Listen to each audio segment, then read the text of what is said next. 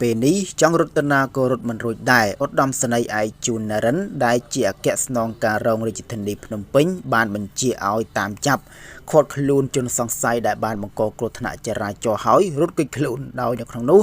ឯកឧត្តមជួននរិនក៏បានសរសេរសំណេរផុសនៅលើបណ្ដាញសង្គម Facebook និយាយចំថា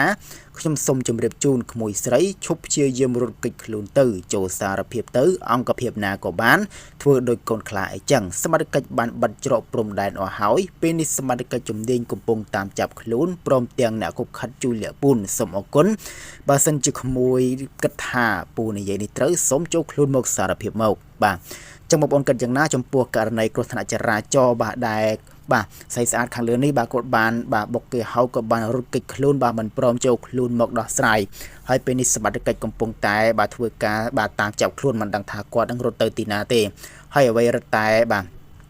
គួរឲ្យសោកស្ដាយនោះគឺបាទជនរងគ្រោះមិនទាន់បានសំណងក៏ដូចជាបាទមិនទាន់ចាប់ជនសង្ស័យបានគឺពិតជាសោកស្ដាយខ្លាំងមែនទែនអញ្ចឹងទេយើងមានតែរងចាំមើលថាតើបាទសមត្ថកិច្ចបាទក៏ដូចជាឯកឧត្តមជួននរិនបាទចាប់ខ្លួនស្ត្រីដ៏ស្រស់ស្អាតនេះនៅពេលណាយើងរងចាំមើលទាំងអស់គ្នាបងប្អូនបាទ